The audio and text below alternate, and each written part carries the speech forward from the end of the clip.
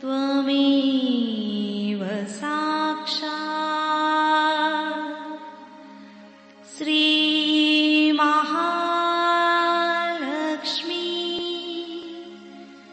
महासरस्वती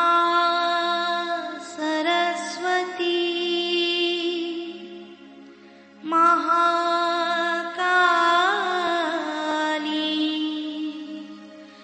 त्रिगुणात्मिका कुंडलिनी साक्षात् श्री आदिशक्ति माताजी श्री निर्मला देवी नमो नमः। ॐ त्वमेव साक्षात् श्री कल्की साक्षात् श्री आदिशक्ति माताजी श्री निर्मला देवी नमो नमः। ॐ त्वमेव साक्षात् श्री कल्की साक्षात् श्री सहस्रार स्वामिनी मोक्ष प्रदायिनी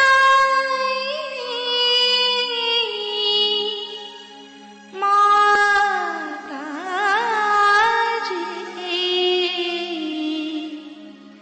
श्री निर्मला देवी नमो नमः।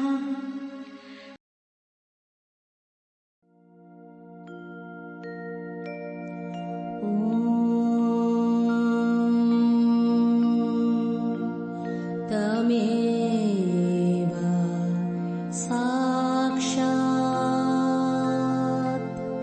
श्री गणेश साक्षात् श्री आदिशक्ति माताजी श्री निर्मला देवी नमो नमः।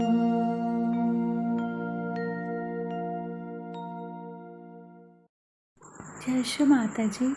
दोनों हाथ माँ के सामने हृदय में श्री माता जी को नमन करेंगे। परम पूजनीय श्री माता जी, हम सभी के हृदय में अपना स्थान ग्रहण कीजिए। श्री माता जी की छवि को बीचों बीच हृदय में निहारेंगे। परम पूजनीय श्री माता जी, हम सभी के हृदय में अपना स्थान ग्रहण कीजिए। श्री माता जी, हम सबको क्षमा कर दीजिए, हम सभी अज्ञानी हैं।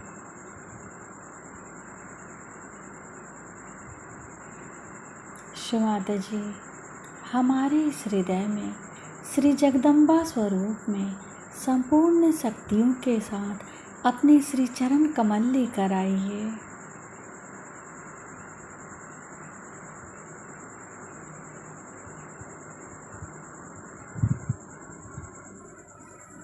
धीरे धीरे अपने संपूर्ण चित्त को मूलाधार पे, तीनों मूलाधार को देखेंगे। बाएं मूलाधार, दाएं मूलाधार, सेंटर मूलाधार, तीनों मूलाधार को देखते हुए माँ से प्रार्थना, श्री माता जी कृपा करके हमारे अंदर गणेश तत्व जागृत कीजिए।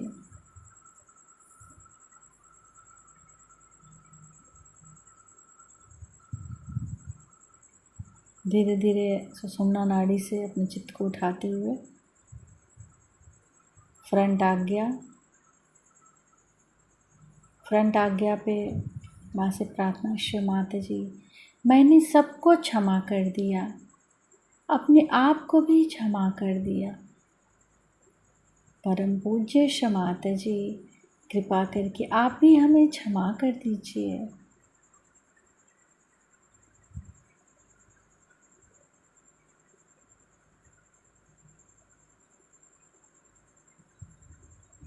राइट आज्ञा,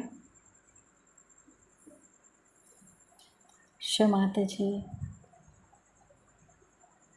हमारे दाहिने आज्ञा में जो कुछ भी है उसे हम आपके श्री चरणों में समर्पित करते हैं।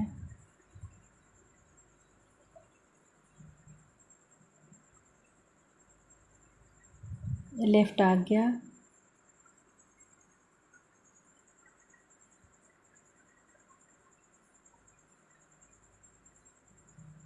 श्री माता जी हमारे अंदर जो भी क्रियाएं होती हैं उससे होने वाली समस्त प्रतिक्रिया को शांत कीजिए।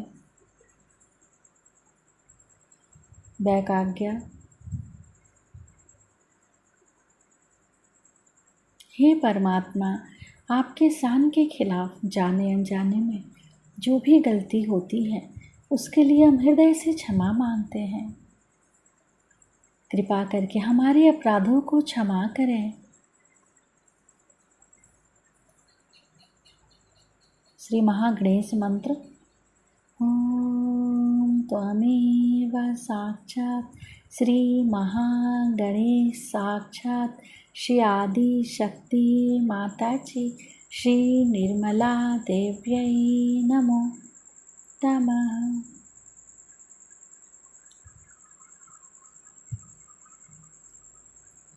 बैक आज्ञा से फ्रंट आज्ञा, लेफ्ट आज्ञा, राइट आज्ञा, अपने आज्ञा के चारों तरफ चित्त रखेंगे एक साथ।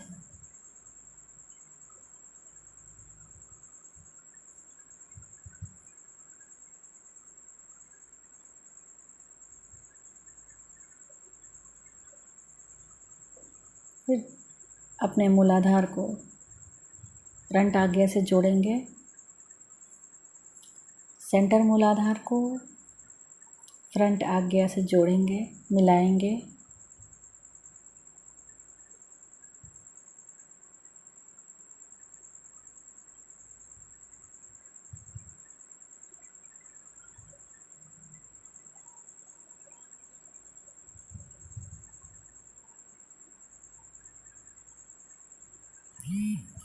सिर के तालु भाग पर चित्त को स्थिर करते हुए अमृतवाणी सुनेंगे।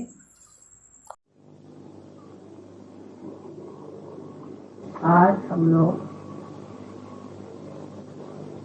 शिव की पूजा करने के लिए एकत्रित हुए हैं।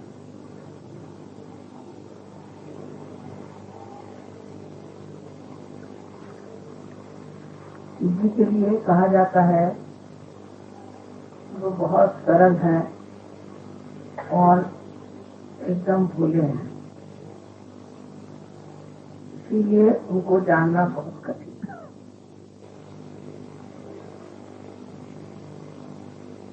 कुंडलिनी का कार्य जो है वो देवी का कार्य। देवी ही इस तरह से सृष्टि को बनाती है और अंत में आपके अंदर कुंडलिनी बनकर शिव तक पहुंचा देती है।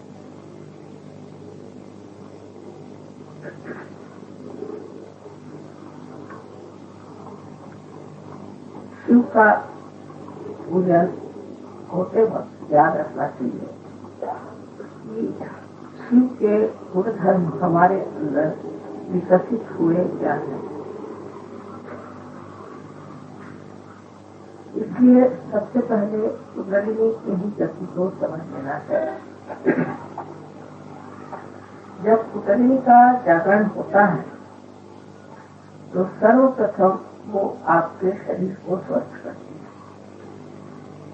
क्योंकि शरीर का भी स्वस्थ होना जरूरी है। और इसलिए आपका चित्त पहले अपने शरीर पे जाता है।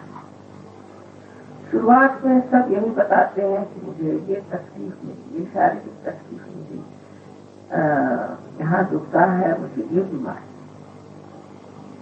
या कुछ लोग शरीर से हृष्ट होते हैं तो वो बताते हैं कि मुझे सांसारिक क्या तकलीफ है। क्योंकि जब हम लोग जागृत अवस्था में होते हैं तो हमारा चित्त इन सब चीजों की तरफ आकर्षित रहता है और इससे हम लोग काफी तकलीफ में रहते हैं। जैसे जैसे आप सहयोग में आएंगे आप यही पाएंगे कि लोग पहले अपने शरीर की या अपने संसारिक चीजों की या मानसिक स्थिति की ही चर्चा करें।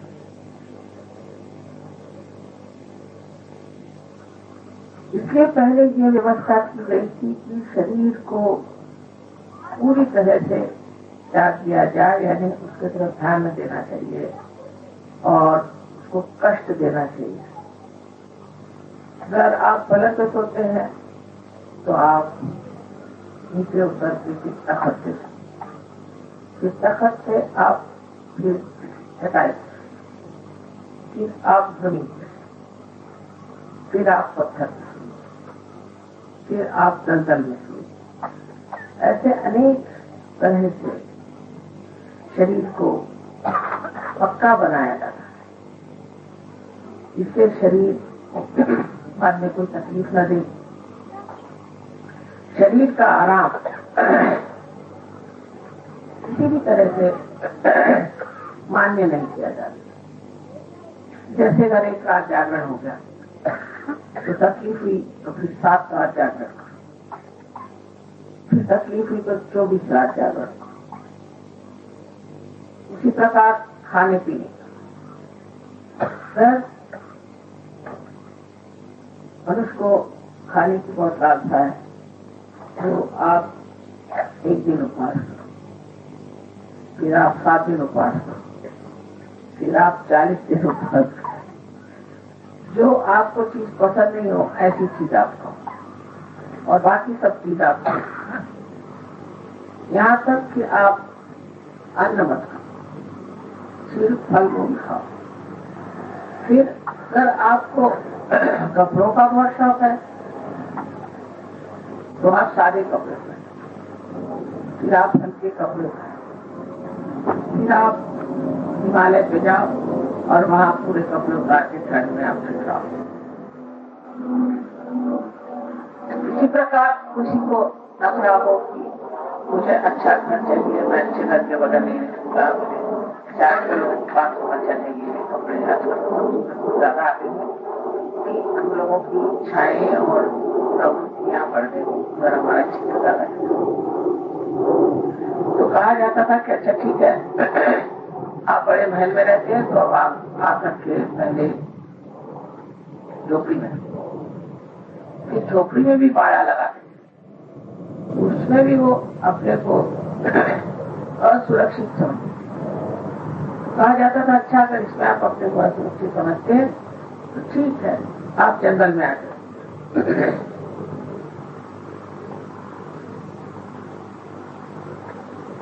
या आप किसी तीर्थ स्थान में जाओ, जैसे कि कोई निकला तो कांची का आदमी तीर्थ स्थान में जाएगा तो काशी जाएगा और काशी का जाएगा तीर्थ स्थान में तो कांची जाएगा। रास्ते में उसको शेर खा जाएंगे, शेर ने छोड़ा तो सांप काटेगा, सांप ने छोड़ा तो मगर खा जाएगा। और जब तक वो वहां पहुंचते हैं 1000 में से 1 आदमी वहां पहुंचेगा।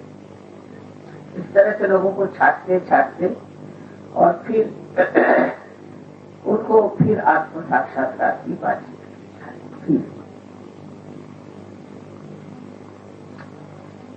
सहयोग में उनका हिसाब किताब किया। सहयोग में न तो आपको घर छोड़ना है, न द्वार छोड़ना है, नहीं अपनी खाना पीना छोड़ना है, नहीं वस्त्र का कोई प्रॉब्लम है, कुछ नहीं, सब आप जैसे हैं ऐसे ही। और इसमें आपकी कुंडलिनी का जागरूक हो जाए। कुंडलिनी इसी स्थिति में जागरूक हो जाए। पहले तो एक हिरण का चर्म बिछा के उस पे बैठ के साधना करके फिर आपकी तपश्चर्या होगी। उसके बाद आप बहुत दिन तक भूखे मरिएगा, एकदम आपकी हड्डियां निकल आएंगी। तब भी फिर परीक्षा होगी, आपको उल्टा टांगा जाएगा, कुएं में डाला जाएगा, 2-3 बार देखा जाएगा किस हालत में आप है। उसके बाद अगर आप जिंदा रह गए तब फिर कहीं जाकर के चर्चा होगी।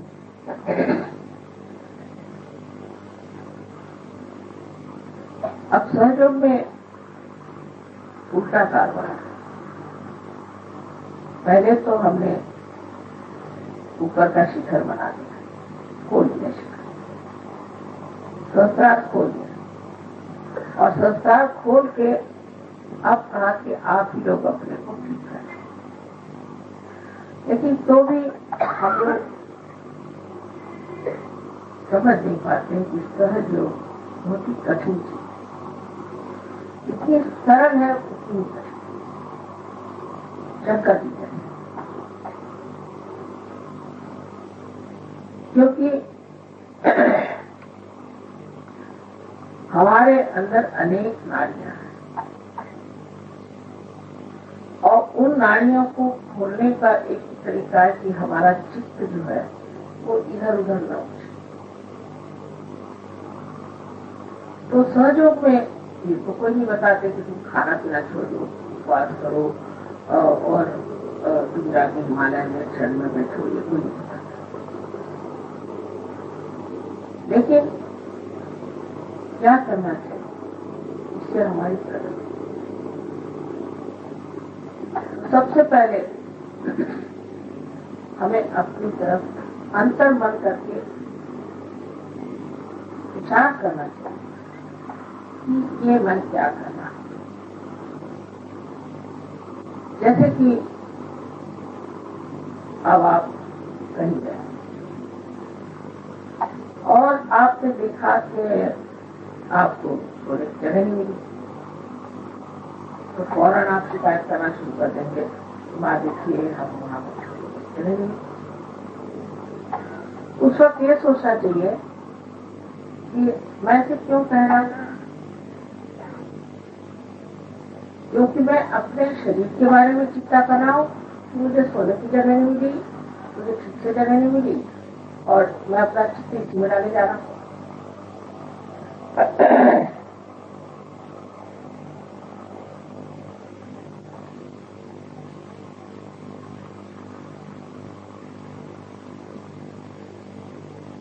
अब उस वक्त में ये सोचना चाहिए अच्छा हुआ कि मुझे जगह मिली नहीं, अब सो जैसे सोना, अपने शरीर की ओर देखे मैं सो, आप यहीं सो, नहीं सोना हुआ सहयोगी।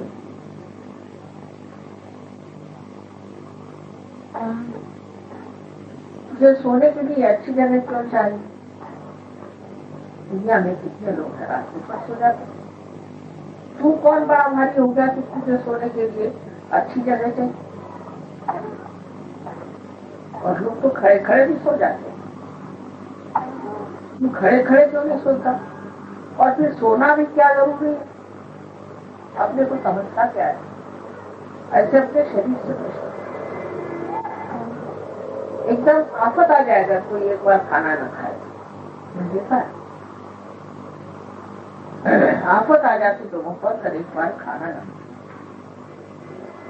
कर एक दिन खाना नहीं मिले तो बहुत अच्छा सोचता है, अच्छा हो गया, मैं देखता हूँ तो क्या होता है तेरा, मर जाएगा क्या? ऐसे शरीर को धिक्कारना चाहिए, खुद ही अपनी तरफ से शरीर को धिक्कारना चाहिए। अब जैसे आजकल तो सबसे ज्यादा शरीर की चोट शुरू कर है, जैसे कि ये हमने कपड़ा पहना तो उसका मैचिंग होना चाहिए, फुलाना है, मतलब इस तरह की आधुनिक चीजें निकल आई हैं और उसके जो नॉर्म्स परिमाण है वो इतने ज्यादा एक्सट्रीम है कि हम लोगों को समझ में भी नहीं आता है कि हम इस एक्सट्रीमता के एक पूरी तरह से गुलाम हो जाए। इसका मतलब ये नहीं कि आप शिक्षित हो जाए, इसका मतलब ये नहीं कि आप अजीब से कपड़े पहन सकते हैं, और इसका मतलब ये नहीं कि आप किसी हो जाए, ये मतलब नहीं। और समझ लीजिए किसी चीज को एक मैचिंग ब्लाउज मिल मिला तो उसको तो लगता है कि वो कहीं काम से खत्म। पहले जमाने में कोई मैचिंग पहनता नहीं। अब अगर उसके मैचिंग फिर वो स्वेटर नहीं मिला तो फिर तो कर कौन देखता है आपको क्या पहने न पहने।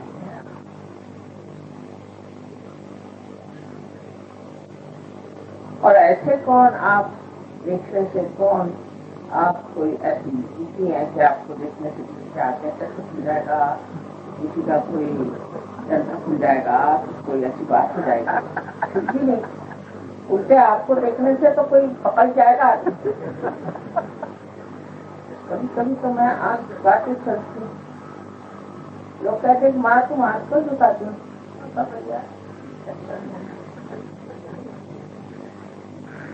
लेकिन हिम्मत ही करनी पड़ती कि भाई ये आँख है, इसको तो काम करना है और इससे काम बहुत है। लेकिन कलयुग में इतना आघात का तो कहीं नहीं हुआ। इसी प्रकार कोई एक भी चीज शुरू हो जाए, हम जैसे विलायत में है कि आपके बाल बिल्कुल उलझे हो जाए, अब सब ऐसे बाल भाई तुम समझो कि वो तुम विशेष लोग हो, तुम ऐसे क्यों कर रहे हो? अपने को पूछना चाहिए कि मैं ऐसे क्यों करता हूँ, मैं अपने शरीर का इतना आराम क्यों देखता हूँ, मैं दुनिया के लोगों के साथ अपने को क्यों वैसी बनाना चाहता हूँ, उसी तरह से मैं क्यों रहना चाहता हूँ। मैं तो एक विशेष हूँ, पर विशेष कैसे होंगे?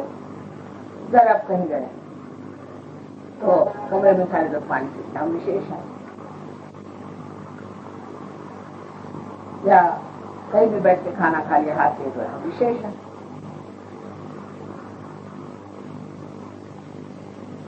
विशेष का मतलब ये कि आपने जो ये चित्त की जल है उसे रोकना है। चित्त को लीन करना है चैतन्य। इसे सुनिए, चित्त को चैतन्य में लीन करना। पर चित्त अगर इधर उधर उड़ा रहे तो वो चैतन्य में कैसे लीन होगा?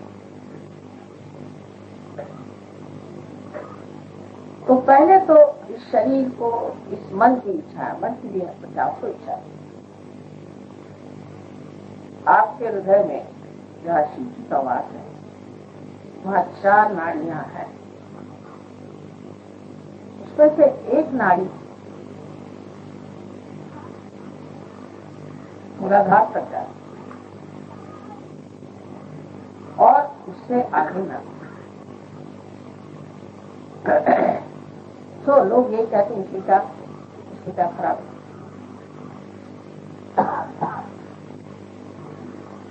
लेकिन आप सोचोगे अब आप नर्क कहाँ को जा रहे हो बाबा? आपका रास्ता बन गया, आप नर्क की ओर क्यों जा रहे?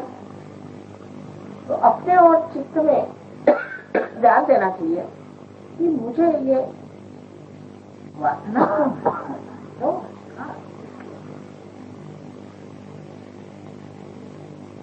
जो मुझे नर्क की ओर ले जा रहा है। मैं तो एक कदम ऊपर रखे हुए हूँ और एक कदम कब्र में रखा हूँ। तो या तो कब्र में बैठ जाओ या ऊपर ही रह लो। ऐसी जो लटकी हुई स्थिति है हमारे इसमें है,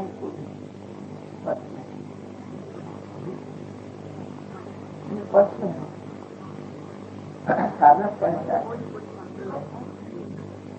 साधक चलो जाए गाना चाहिए बोल बोल के भी। हाँ, तो अब चित्त जो है उससे कहना कि तू कहाँ भाग रहा है, नर्क के तरफ जाना चाहता है क्या?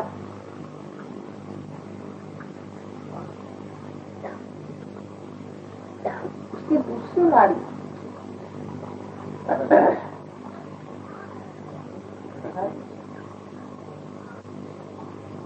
उसकी दूसरी नाड़ी है, वो नाड़ी हमें इच्छाओं के तरफ,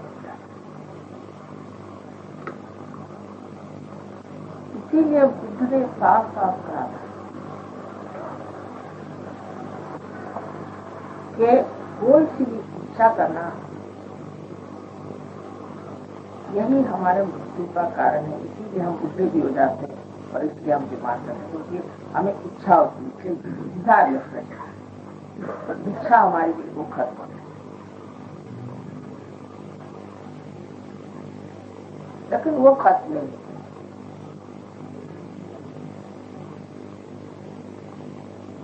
एक शुद्ध इच्छा मात्र रहनी चाहिए। वो कैसे हो?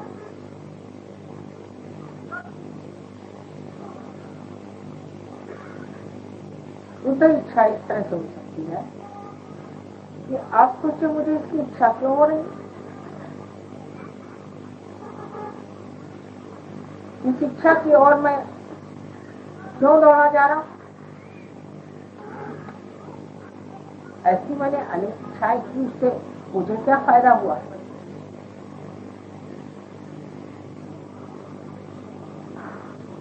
तो जो कुछ भी मिला है उसी में आनंद मान लेना ही एक प्रकृति का कर्म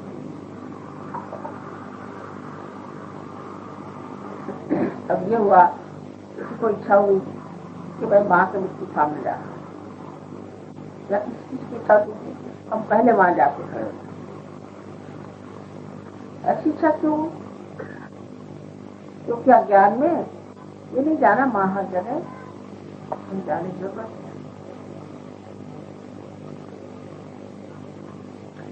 तो शुद्ध इच्छा की जब आप इच्छा रखें, तो जब कुंडली चलती है तो ये जो इच्छा की नाड़ी नीचे की तरफ उड़ी हुई है वो ऊर्ध्वगति हो जाती है, उस पर शुद्ध इच्छा बन जाती है। इच्छा मनुष्य करता है इस विचार से कि इससे मुझे सुख मिलेगा, आनंद मिलता मिलता। तो इस इच्छा को जो है आपको आनंद में लीन कर देना, क्योंकि शिव का तत्व है आनंद, उनका स्वभाव आनंद है। इसलिए हर एक चीज में आनंद खोलना है, तब किसी चीज की त्रुटि ही नहीं लगेगी। दोष देखना, या हर एक चीज में ये ऐसा होता तो अच्छा होता, बहुत लोगों को आदत है। मैंने अब रास्ते से जा रहे तो कहेंगे कि यहाँ पर इन्होंने कुछ चोरी लगा दी, कहेंगे कि यहाँ पर से सिखाने का ठीक से उन्होंने ये चोरी लगा, ये रास्ता ऐसे मोड़ के तो नहीं गया। अरे बाबा, आपको म्यूनसिपालिटी में है, आपको क्या करने का, जो है सो है, आप क्या को गड़बड़ कर। लेकिन दूसरे के बारे में हमेशा कहेंगे इसमें ऐसे करने से ठीक होगा, उसमें ऐसे करने से ठीक होगा। वो जो आप सोच भी रहे हैं वो कार्यान्वित भी नहीं होता, वो तो कार्यान्वित भी नहीं हो सकता। यही आवाज आ रही है, आवाज आ रही, जोर से आवाज आ रही। हाँ, नहीं आ रही आवाज। तो वो चीज कार्यान्वित भी नहीं हो सकती। आंख का कोई मतलब ही नहीं है उससे। अब जैसे बहुत से लोगों में होता है सिनेमा में गए उसमें कोई सीन दिखा रहे कि एक आदमी जा रहा है और हम वो किसी पहाड़ी से गिरने वाला है, तो लोग कह रहे हैं कहाँ जा रहे तुम गिर जाओगे, वो तो सिनेमा में जा रहा है, वो क्यों तुम्हारी बात सुन रहा है क्या? उसी तरह से हर एक चीज का ठेका लेते बैठे और इस तरह से अपनी बुद्धि में भी पूरी तरह एक विचारों की श्रृंखला बना। लेकिन जो कुछ आप देखते हैं वो देखना मात्र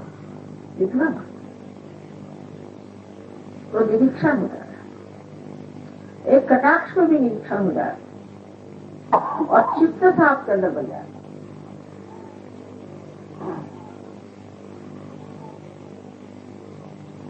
लेकिन वो देखना नहीं है, उसे निरंजन देखना है, कि कोई रंजना नहीं होना चाहिए ना, उसके प्रति कोई रिएक्शन नहीं होती, बस देखो। इस रिएक्शन का क्या फायदा? वही जैसे मैंने बताया कि सिनेमा में आप कोई आदमी कुछ कर रहा है, करा जाएगा तुम ऐसे मत करो, उसको सुन रहा है क्या तुम्हारा?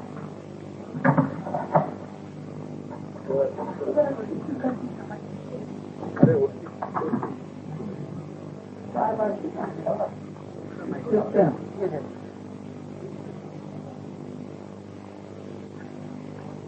तो निरंजन देखना ये भी शिव का ही,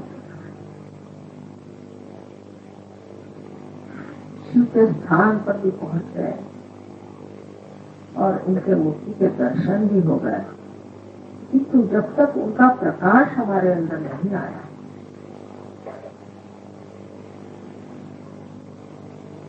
तो सब व्यर्थ ही।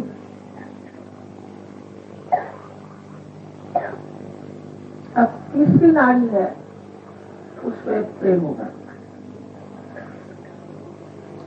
प्रेम मारे मेरा बेटा, मेरी बहन, मेरा भाई, मेरा बाप, मेरा पति, सब दुनिया भर की रिश्तेदारी, इसमें भी बहुत लोग उलझे रहते हैं। सहयोग में आने के बाद भी मैं सालों तक देखती हूँ, वो छुटता ही उनका वही बातें। जब देखो बोला तो बात नहीं, अरे बाप रे आए थे, मेरे भाई का ऐसा हुआ, मेरे बहन का ऐसा हुआ, तुमने फलाना ऐसा, तो दुकाना ऐसा, मेरे लड़के ने ऐसा किया तो लड़की रहे। अब ये कहना कि ये रिश्तेदारी वृथा है, तो ये तो बात ठीक है।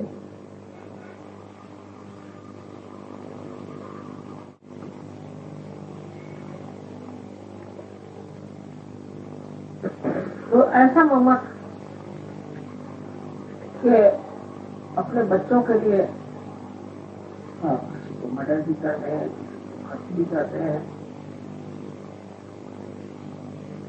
कुछ भी कर सकते हैं इस मम्मा के लिए। कोई पत्नी के लिए, कोई प्रेसी के लिए, तो कोई पति के लिए, तो इस कदर उसमें आदमी अपने जीवन को व्यर्थ करता है।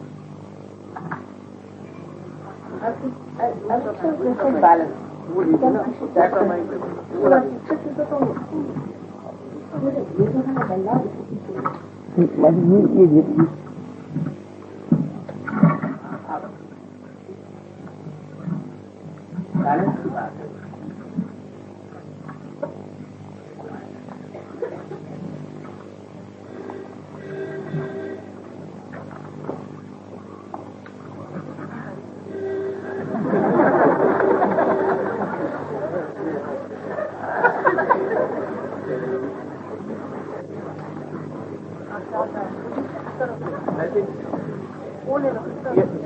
ये वाला माइक दे दीजिएगा, ये वाला माइक दे दीजिए।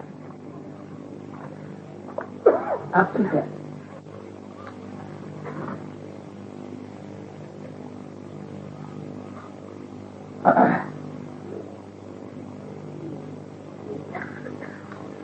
और उसके बाद देखते हैं कि उनके लिए इतना क्या, वही आपके दुश्मन है, और आपको बता रहे हैं सबसे ज्यादा दुख वही दे रहे हैं, और आपको और भी ज्यादा दुख इसलिए होता है कि इन्हीं के लिए हमने इतना किया और इन्होंने हमारे लिए किया।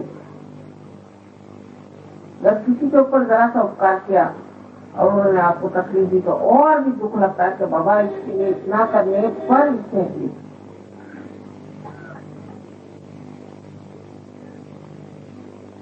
पहले जमाने में तो कहते थे कि सबको त्याग दो, घर त्यागो, बच्चों को त्यागो, किसी को त्यागो, सब छोड़ छाड़ करके जंगल में जाके एकांतवास करो। सहयोग में ऐसा नहीं, सहयोग में यह है किसी को नहीं त्यागना, सबको अपनाना है। क्योंकि सहयोग एक व्यक्तिगत कार्य नहीं कि आप जाके एकांत में बैठ गए और तपस्या की और बड़े ऊंचे हो गए तो क्या फायदा हुआ, आप अवधूत बन गए तो क्या फायदा हुआ। हाँ ठीक, एक ऐसा आदमी हो तो अच्छे भाषण दे सकता है,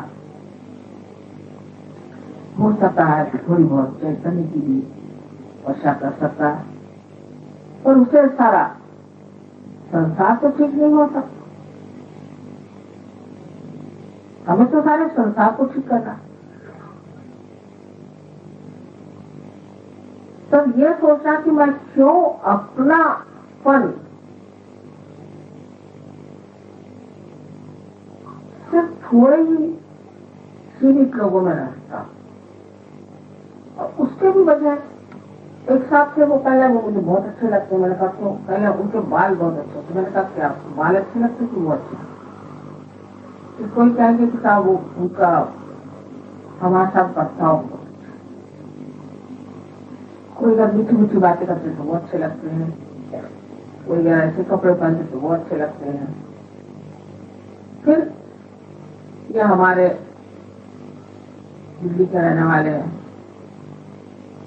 दिल्ली के बाद होगा कि भाई दिल्ली में तो रहते पर ये पुरानी दिल्ली वाले हैं, बहुत ही रहते। फिर ये सबली मंडी, फिर सबली मंडी में जो हमारा बैल हमने जिससे खरीदा था उससे ही बन गया और भी बन पता नहीं और कहाँ तक चलता है, इनका नाई और हमारा नाई की।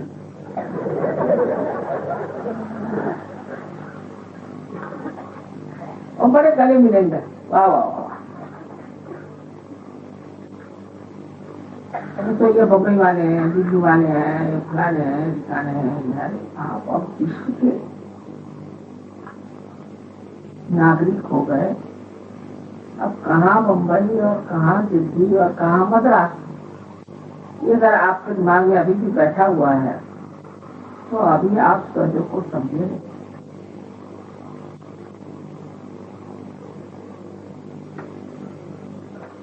ये कब होगा?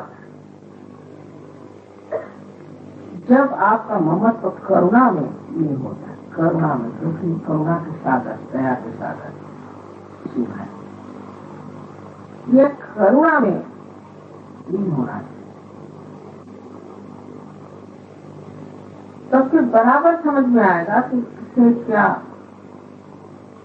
समझना चाहिए, किसके साथ क्या करना चाहिए और अछूता कैसे रहना चाहिए।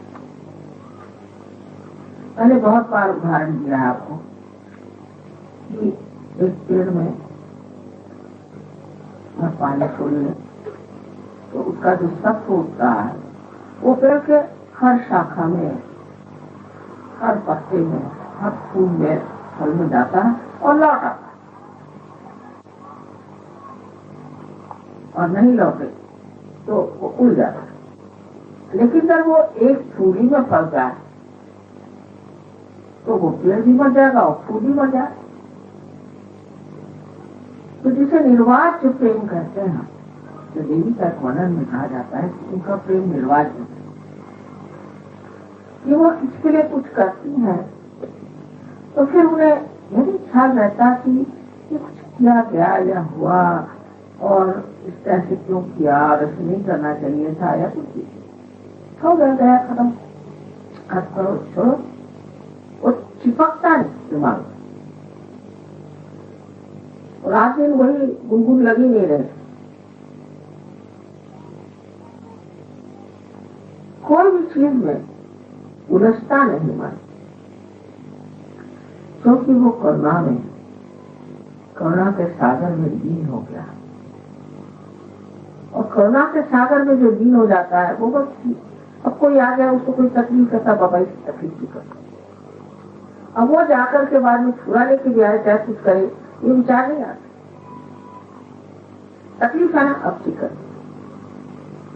उनको ये परेशानी ठीक कर देते। हालांकि मैं जानती हूँ कि कोई परेशानियों में कोई अर्थ नहीं है, लेकिन तो भी बहुत गंभीरता से उसको सोचती हूँ कि भाई क्या परेशानी बताओ, हाँ फिर ऐसा है तो फलाना है। छोटी छोटी चीजें भी कोई बताए। अपने अपने दायरे से लोग मिलते, उनके दायरे में मैं नहीं उतर पाती, अगर वो मेरे दायरे में नहीं उतर पा रहे हैं तो ये उनका दोष है। उनको उतरना चाहिए, उनको इसी दायरे में करना चाहिए जिसे करुणा है। करुणा के लिए हो, किसी काम से, किसी वजह से, किसी मतलब से, किसी रिश्ते से नहीं हो।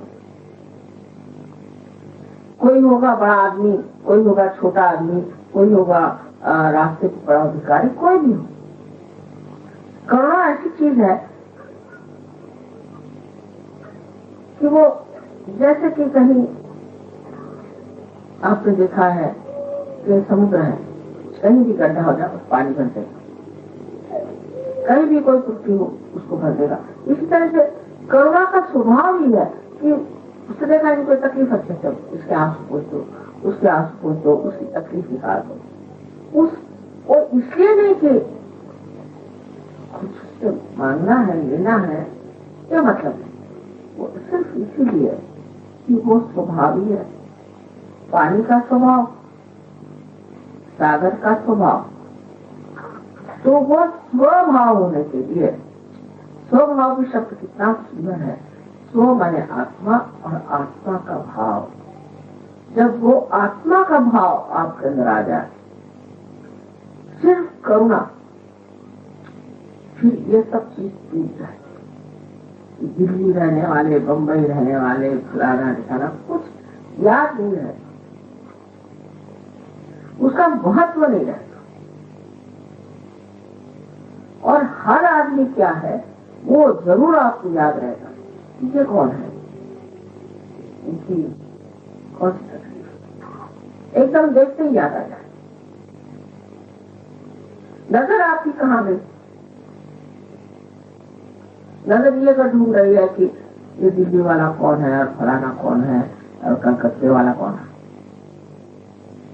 और ये नजर आपकी ढूंढ रही है ये करुणा कहाँ बाहर चली जा रही, इसके और जा रही है, इसके और खींच रही है।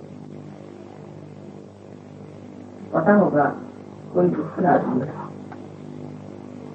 कोई साधक, बहुत बड़ा साधक होता है, एकदम हृदय से जाना सीखता है।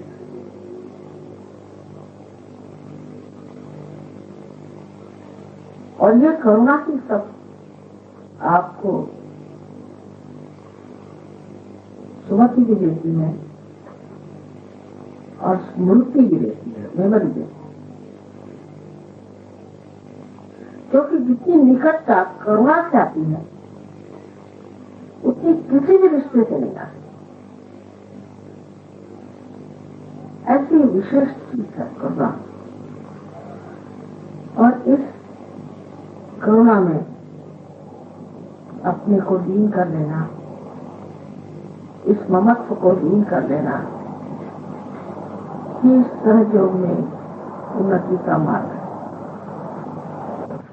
क्योंकि मैंने कभी नहीं कहा कि आप अपने बाल बच्चे छोड़ दो, घर छोड़ दो और घर से निकल के अपना जितना पैसा तो नहीं जला दो, घर बेच दो, बीवी को भी बेच दो, बच्चों को बेच दो, सब पैसा मिल जाए। ऐसे कहते ना साधु संत राज करने के, लेकिन इनके उल्टे सहयोग है। आप जैसे भी हो, जहां भी अंदर ही अंदर बढ़ते जाओ। वो अंदर देखे बगैर तो नहीं होगा। तो ये सोचना है कि क्या मैं करुणामय हूँ?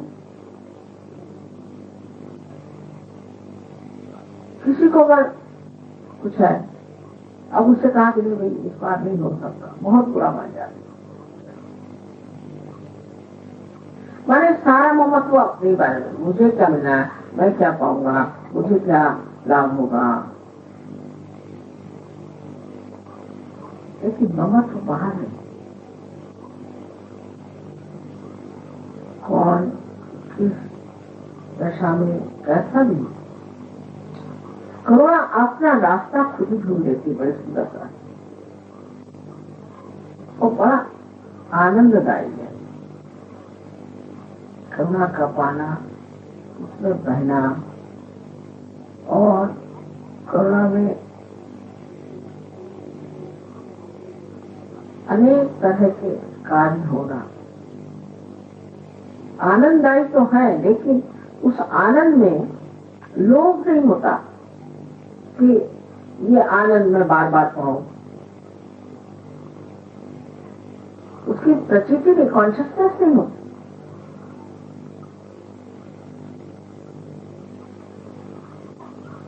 कर दिया, कर हो गया, जैसे संगीत को सुन लिया, मजा आ गया, वही खत्म हो गया। इसी तरह से कोई काम है, कर दिया, लीन हो जाते। अब चौथी जो हमारे अंदर नाड़ी है, वो अत्यंत महत्वपूर्ण है हृदय में, और वो चौथी नाड़ी कुंडलिनी के जागरण से ही जागरूक होती है और यश की शुद्धि से निकल के और मस्तिष्क में जाकर के कमल को खिलाती। जब हमारा चित्त इन सब चीजों में लीन हो जाता है, तो जैसे कि इस कमल में जीव आ जाता हो या इसमें कोई शक्ति आ जाती हो, या ऐसा समझिए कि जैसे कोई एक पौधे में पानी पड़ जाए तो वो जैसे अपने आप पड़ता है, इसी प्रकार ऐसा शुद्ध चित्त जिस मनुष्य का हो जाता है, उसके हृदय की कली खिलती है और वो कमल रूप होकर के सहस्त्रार में छा जाता है। फिर उसका सौरभ, उसका सुगंध चारों ओर फैलता है और ऐसा मनुष्य एकदम नतमस्तक होता है, एकदम नतमस्तक होकर सबके सामने झुका रहता है। कोई अगर कहता है कि आपने बड़ा मेरा काम कर दिया, बड़ा ये चमत्कार कर दिया,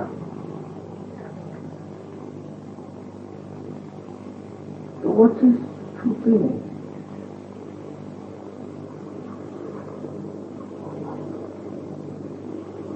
जैसे कि आनंद की लहरें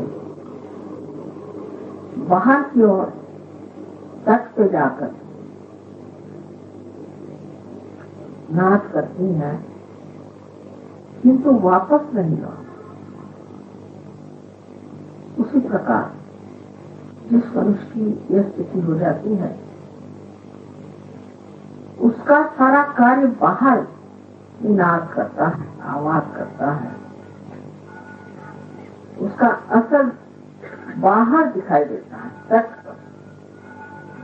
उसके अंदर इसका कोई भी परिणाम नहीं आता, ख्याल भी नहीं आता, विचार भी नहीं आता। अब आप लोग कभी कभी अभी आपने आगत स्वागत गाना शुरू किया तो मैंने सोचा कि और क्या कर रहे थे, हम इधर उधर देख रहे थे, इसके लिए गा रहे हैं, किसका स्वागत कर रहे हैं।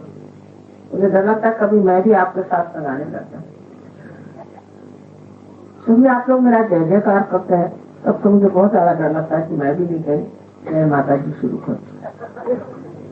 बातें ऐसी छूटा नहीं। जो भी आप कहते हैं, जो भी आपके निनाद है, वो और दूसरे तक पे जाकर छू जाएंगे, मेरे तक छूते नहीं, मुझे आते ही नहीं। हाँ, उससे हो सकता है कि अंदर बैठे हुए देवी देवताएं खुश हो जाए और वो चैतन्य को बहाए या कुछ करे, उस तक पर पहुंच सकता है। और जहाँ तक मेरा सवाल है, मुझे कुछ उसका आभास भी कभी नहीं होता कि आपने भी जय जयकार है, मैं शायद वहां हूं ही नहीं।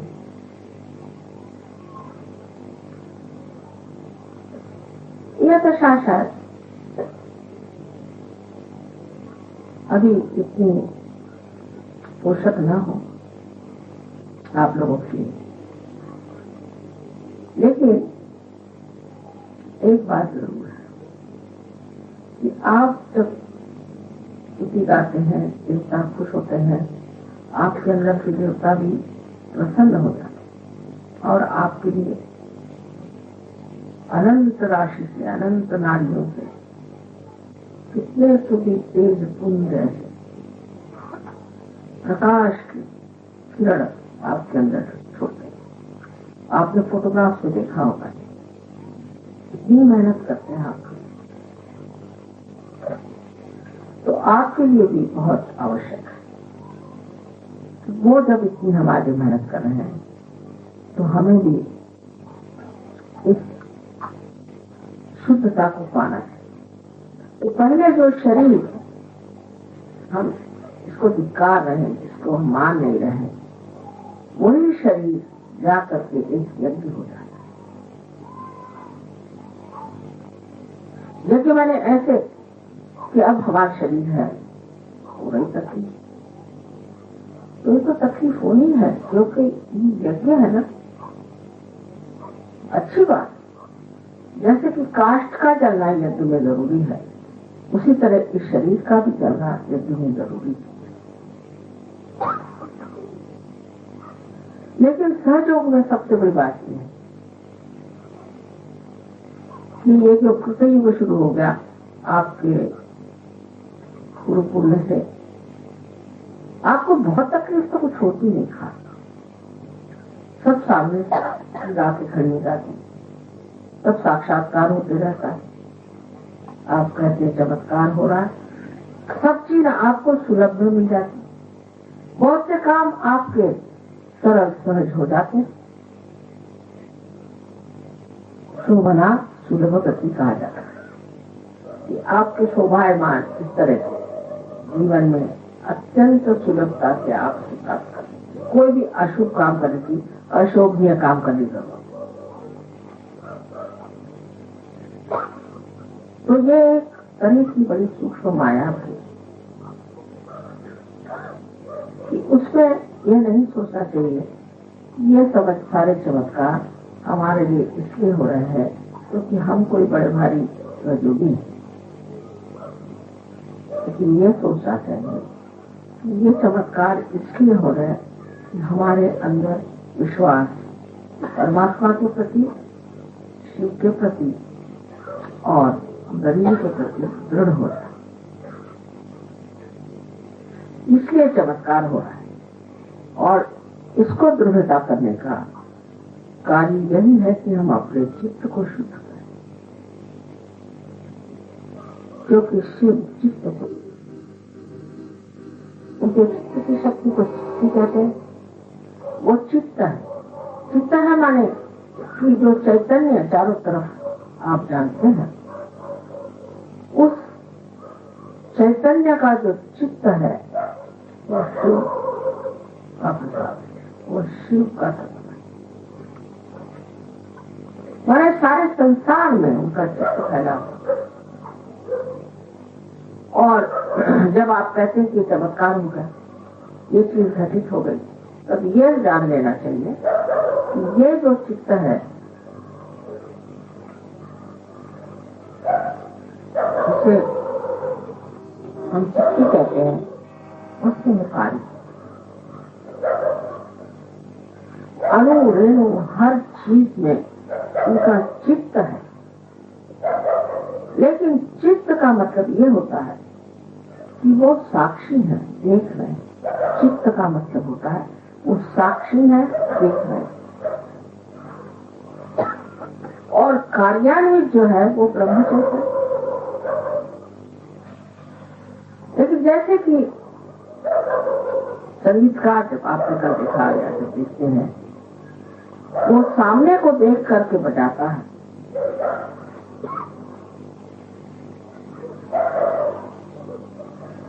उसी प्रकार ब्रह्म चैतन्य उस चित्त की दृष्टि को देख करके ही कार्यान्वित होता है।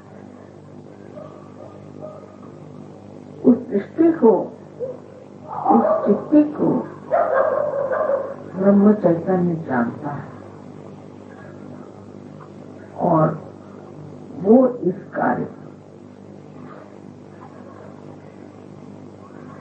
तब करता है जब उस चित्ती को देखकर से वो ठीक समझता है। जैसे अभी हमारे आते साथ एक साथ आए थे, एकदम से उन्होंने स्वामी माता जा रहे, मुझे देखते साथ एकदम अस्पताल मुझे देखा, मैंने कुछ कहा नहीं, पूछे, सिर्फ मुझे देख करके एकदम सब पका उसी प्रकार वो कुछ कहे या न कहे, क्योंकि ब्रह्म चैतन्य ये देवी की शक्ति है और वो कार्यान्वित है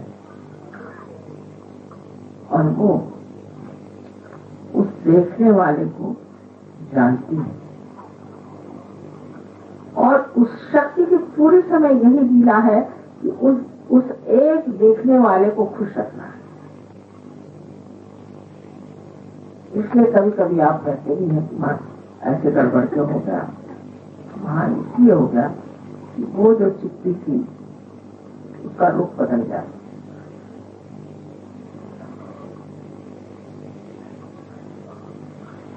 अगर आप आज शिव की पूजा कर रहे हैं तो ये मैंने जो 4 नाड़ियां बताई हैं उसकी ओर नजर करें और जिस तरह से मैंने आपसे बताया है कि अपने को किस तरह से इन 4 चीजों में लीन कर लेना चाहिए। ये कोई बड़ी गहन बात नहीं है, लेकिन सूक्ष्म है। और फिर आप मुझे बताइएगा कि इस तरह से अंतर्मन करके जो आपने अपने साथ विचारणा की कभी या तपस्या की है या जो वार्तालाप किया है और जो अपने चित्त को शुद्ध किया है, उससे आप एकदम पाइएगा कि आप शिव के सागर में पूरी तरह से डूब, और ऐसी दशा आप सबकी हो जाए, यही मेरी एक शुद्ध इच्छा है। The lecture was quite big for all of you who are here. I'm happy that you could all come down for the Shiv Puja. And now, as they have requested in Europe also, we are going to have a Shiv Puja on the 17th, I think, in Rome. They have never had Shiv Puja in the West. And that's why I have decided that we have to do that. So it's quite a difficult thing to have Shiva Puja with such close proximity. Today I have told them how we have got 4 channels in our heart where Shiva resides, and how we have to introspect ourselves and control our attention. Because in Sahaja Yoga there is all freedom to be the way you are. Nothing is asked to be sacrificed or to be given up, as you were told before, to go to the Himalayas, take out all your clothes and shiver there in the cold and all sorts of things. The body, the importance of the body, has to be reduced, and for that you have to put your attention inward and try to find joy in everything. To put your attention inside is very easy because you are meditating. Supposing you are going by a bullock cart. If a man is used to Rolls Royce, he will be all the time complaining, what is this nonsense? Why have I to go by a bullock cart? Horrible is that. But a child, if he's in bullock cart, he'll enjoy it.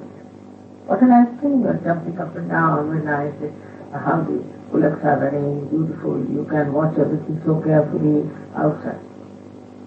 Because it's so innocent, like you want to have a proper bathroom, you want to have a proper bed, you want to have all these things. But if you want to make a fun out of it, it's very interesting.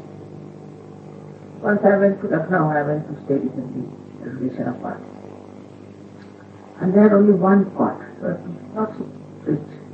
They had lost all the zamindari. They said, only one pot, if you want to rest there, sleep on the pot or on the ground. I said, all right, I'll try this cot. That cot was made of coir, and it was always touching the ground like that. So it was just like sleeping on the ground, but it was all like that. But in the night, I found lots of rats lying over my body. So I was watching them. So the people got very much worried. They said, what these rats are what? Crawling upon you and going round and round. Yes, I said, one of them is still here under my So they said, I'm too disturbed. I said, what is there to be disturbed? I'm just watching them. I've never seen so many rats together. Just enjoying them. And then they said, you are sleeping in the side of the cot and you might get into pain tomorrow. I said, no, I'm just enjoying this. Is like a nice spring here. Nice, you can move about. Very nice, very interesting. Next time I was very fresh and they were surprised how I was so fresh. So all these discomforts of body and all that, and the way we are correcting everything and thinking about everything, complaining about everything, it's just a myth. Now we don't have to go to the house. What we have to do?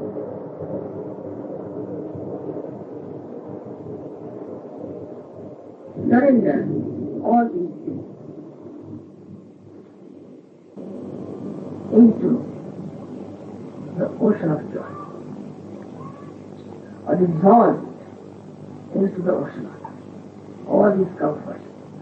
Then also the artificial norms of life that have come up, like you have to have the severed hair, otherwise you are not in. You have to be really crazy to be in. There are many other things, stupidizing very much, that have come in vogue. And people are following them because they are the norms. If you don't do that, then you think you are not all right, or others may start to know what funny man means.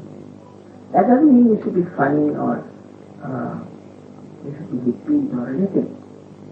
But not to be so much worried about the norms. Like one day, I saw one gentleman was 16 years old in England, Indian gentleman. I said, what happened? Why are you so upset? He said, by mistake, I used a fish knife for eating meat. So what? It will be more stingy. I said, it's all right. You didn't trust that England, huh? It doesn't matter. If you have eaten fish knife, if you have used fish knife for this, so you must use fish knife first and use that. All nonsense. It's not so important than your equanimity, than your balance. So all these little things can also upset us. On the contrary, I would say, oh, really, I did eat that. It's very good. It's a good thing that I broke something, a big image of a former dinner was broken. So, it was good. Next time everybody will do that. It may start as a fashion, possibly. If you just put your attention into it, that this body is not for the penance, but for the havana. It's to be used for the havana, for the yajna. And then you can tell your body nicely that now behavior. So first you have to denounce all its demands, and then it becomes a thing that you use it for doing God's work.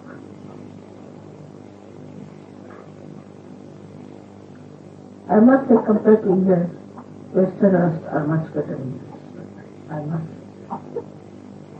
Indians want at first the best rules, they have to fight for it. Now gradually they are coming around the church. But still, sometimes they start getting about this and about that.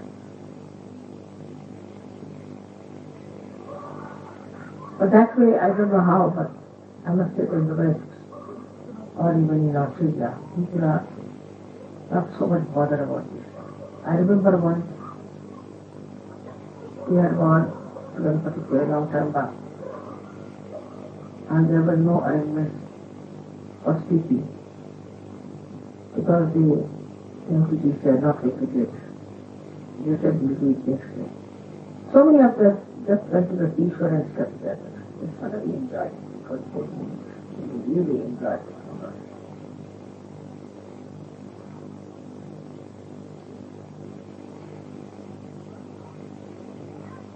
The second part is the attachments of the people. Or we can say first of all is the desire. The desire to have this desire, to have that, all kinds of desires. As you have seen, we never feel free. And we are never satisfied when we are satisfied. So, what do we do with our desire? Dissolve it into Shuddha, into the pure desire of Buddha. The third thing is that we have our relations. I mean, I think with the Westerners, especially when they get married, I don't know what happens, and then suddenly they think they are now married, so now they have become monogamous, we get used to God and everything. And of course, Indians has the other way around. I mean, both are just the same. So, one has to understand that, all right, it's an event of marriage. But the attention should not entangle with any person whatsoever. As I have told you many times, the sap of the tree has to rise and give its attention to all the parts of the tree and go back. If it gets attached to any one of the parts, the whole tree will die as well as that part will also die. So in every relationship, whatever you have to give to your sister, to your brother, to your children, to your wife, has to be done. But you should not get entangled in it.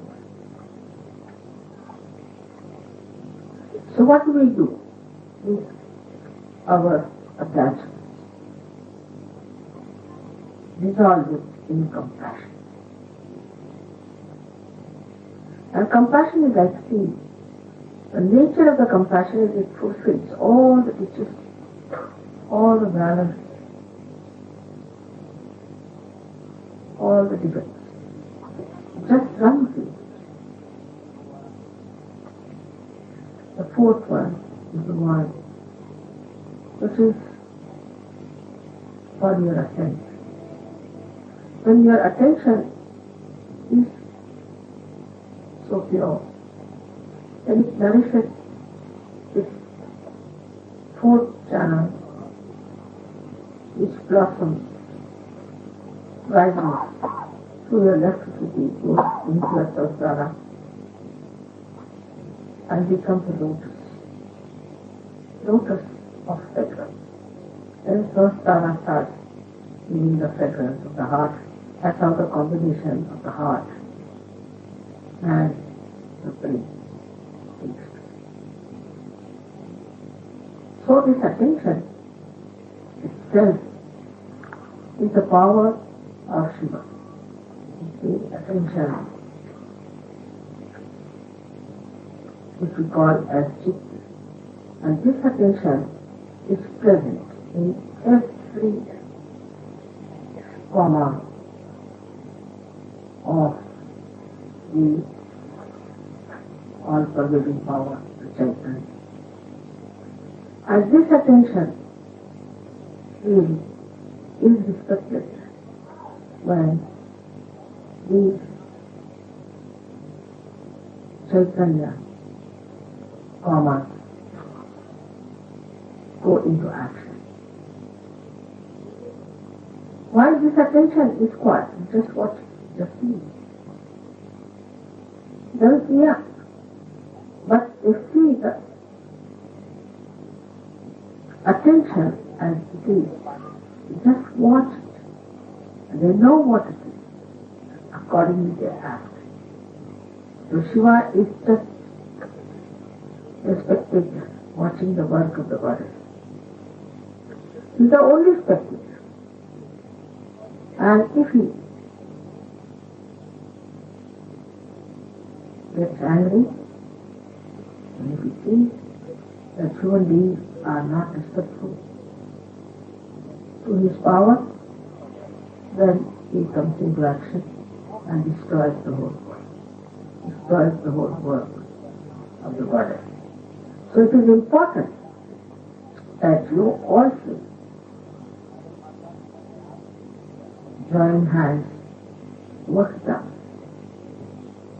the work of the goddess so that Shiva is happy and we create a new world of spirituality and peace. May God